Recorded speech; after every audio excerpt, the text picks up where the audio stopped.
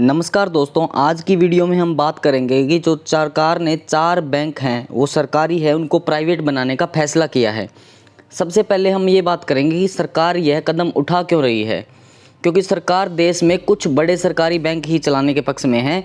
जैसे पहले नंबर पे आता है भारतीय स्टेट बैंक, उसके बाद Punjab National bank, bank of Baroda और कैनरा बैंक।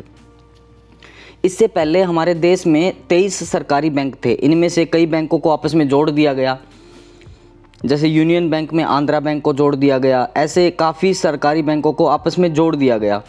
अब जो 4 बैंक बचे हैं उनको सरकार प्राइवेट करने जा रही है। उसमें से सबसे पहला बैंक है बैंक ऑफ इंडिया, उसके बाद है सेंट्रल बैंक, उसके बाद है इंडियन ओवरसीज़ बैंक, उसके बाद है बैंक ऑफ महाराष्ट्र।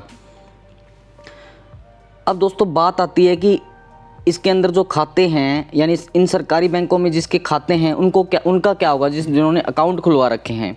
तो दोस्तों अकाउंट होल्डर्स का जो भी पैसा है इन 4 बैंकों में जमा है उसके ऊपर कोई खतरा नहीं है। यानी कि खाता रखने वालों को फ़ायदा ये होगा कि प्राइवेट हो जाने के बाद में उनके पास में लोन, नेट बैंकिंग जैसी सुविधाएं अच्छे से मिल सकेंगी।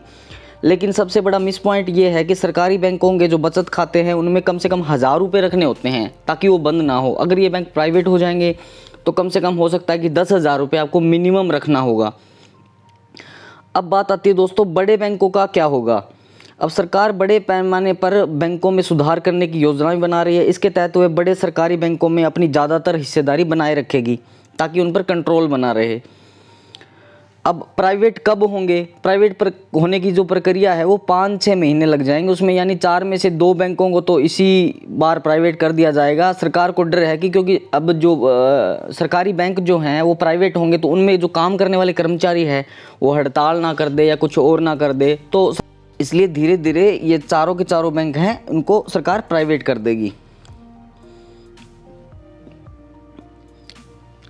अब बात आती है कि 4 बैंक जो ये हैं सरकारी, ये प्राइवेट हो जाएंगे, उसके बाद कुल कितने सरकारी बैंक बचेंगे? अभी कुल 12 सरकारी बैंक है, इसमें से 4 प्राइवेट हो जाने के बाद में 8 सरकारी बैंक बचेंगे। अभी जो सरकारी बैंक की लिस्ट है वो सबसे पहले नंबर पे है बैंक ऑफ बड़ौदा, उसके बाद में बैंक ऑफ इंडिया, उसके बाद में Bank of Maharashtra, Canara Bank, Central Bank of India, Indian Bank, Indian Overseas Bank, Punjab National Bank, Punjab and Sindh Bank, Union Bank of India, UCO Bank और स्टेट बैंक ऑफ इंडिया। जो 4 सरकारी bank private होंगे उनमें से सबसे बड़ा बैंक जो है वो है बैंक ऑफ इंडिया, जिसमें तकरीबन 50,000 कर्मचारी काम करते हैं। उसके बाद में सेंट्रल बैंक है 33,000, उसके बाद में इंडियन ओवरसीज़ बैंक है उसमें 26,000 कर्मचारी काम करते हैं।